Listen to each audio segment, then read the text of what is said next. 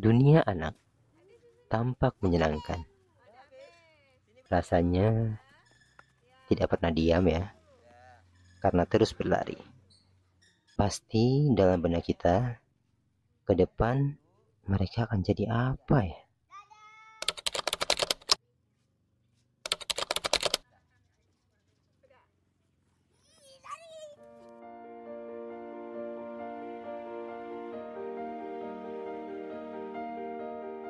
Menjadi orang tua tidak semudah kisah di buku parenting. Kita dituntut cepat bergerak dan cepat bertindak. Sebagai orang tua, saya harus sudah meningkatkan literasi.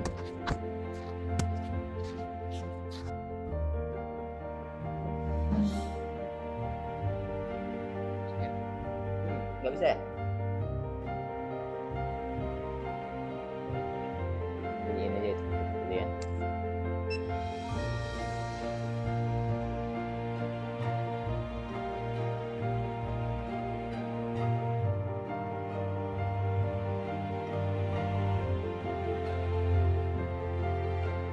Tapi membaca buku bukan hal yang mudah lagi untuk saya, karena waktu untuk mengganti popok anak saya lebih prioritas saat ini. Yang paling mudah saat ini adalah mengamati lingkungan sekitar saya. Handphone membantu sekali. Namun, apabila yang menggenggam bukan saya, tapi anak kecil,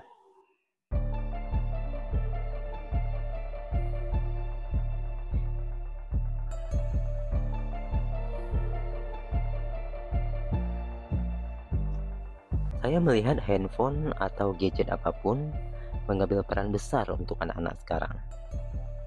Apakah ini baik? Atau ini selalu menjadi hal buruk?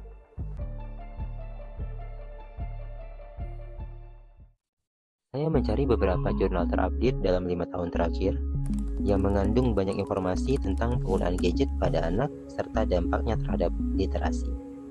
Ternyata, tema ini disebut sebagai literasi digital, dan memang banyak yang berminat untuk membahasnya.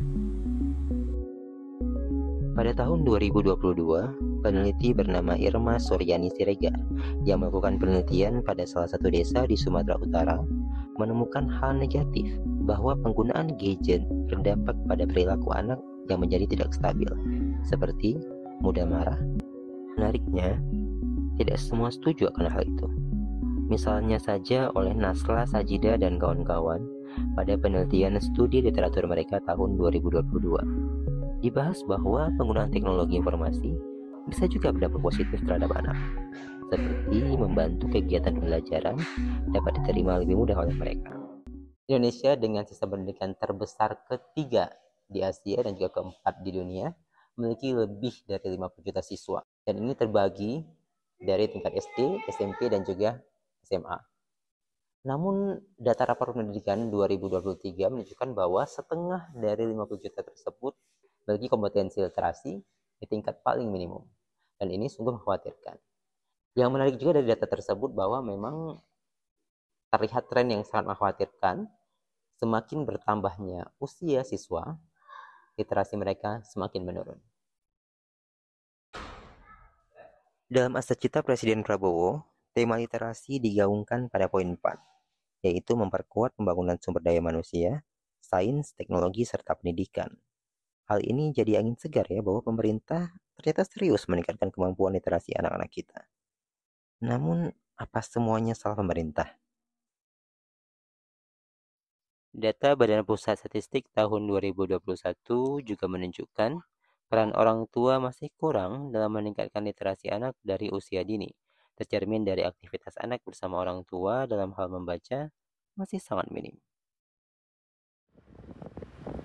Saya berkunjung ke satu sekolah TK di kota saya, Kota Calang, yang saya rasa tepat sebagai rujukan untuk melihat masalah literasi pada anak dari tingkat pendidikan paling dini.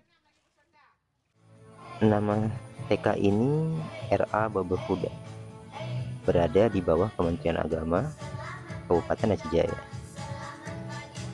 Sekolahnya tidak begitu ramai, guru-gurunya juga. Yang menariknya di sini, mereka aktif loh. Namun, saya melihat minimnya buku-buku yang mampu menunjang pendidikan anak. Tentu, ini menjadi kesulitan bagi guru-guru di sini untuk meningkatkan literasi anak.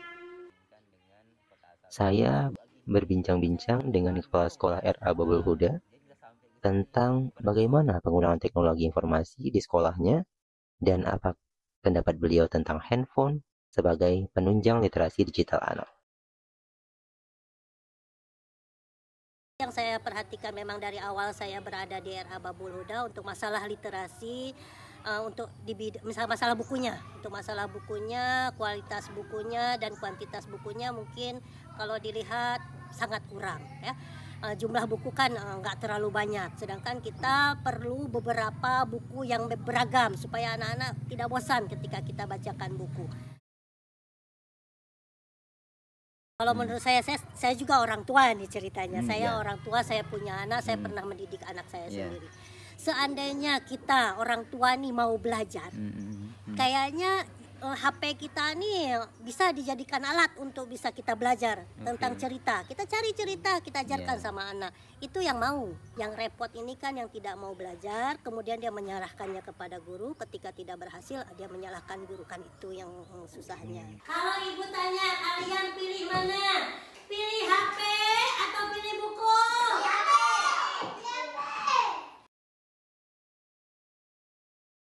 Kalau menurut saya buruk. Selalu buruk kalau untuk anak-anak ya. Karena itulah tadi, orang tua tidak mendampingi. Jadi ketika kita sudah sibuk dengan urusan ekonomi, harus ngurus anak, akhirnya saya kasihlah HP. Tenang kau di situ dengan HP-mu. Aku selesai kerjaan, kan gitu ceritanya. Tapi tidak ada pendampingan sedikit pun. Itu yang berbahaya sekali. Seperti yang Bu Rini sampaikan tadi, orang tua adalah kunci semuanya. Guru tidak bisa semua disalahkan. Mungkin kesadaran Anda saat ini adalah hal kecil, namun itu sangat berharga untuk si kecil Anda di masa depan. Seperti kota kecil saya ini yang bernama Calang. Sepi, tenang, dan bagi saya sangat nyaman. Penduduk sedikit membuatnya mengandalkan peradaban.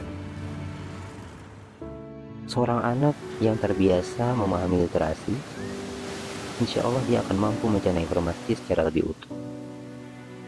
Ke depan, ia mampu berpikir kritis, paham akan baik buruknya dunia, dan yang paling penting adalah ia mampu menerapkan pengetahuan yang ia dapat untuk kehidupannya nanti. Yuk kita sama-sama berubah. Kita kuatkan literasi anak kita. Tidak perlu langkah besar.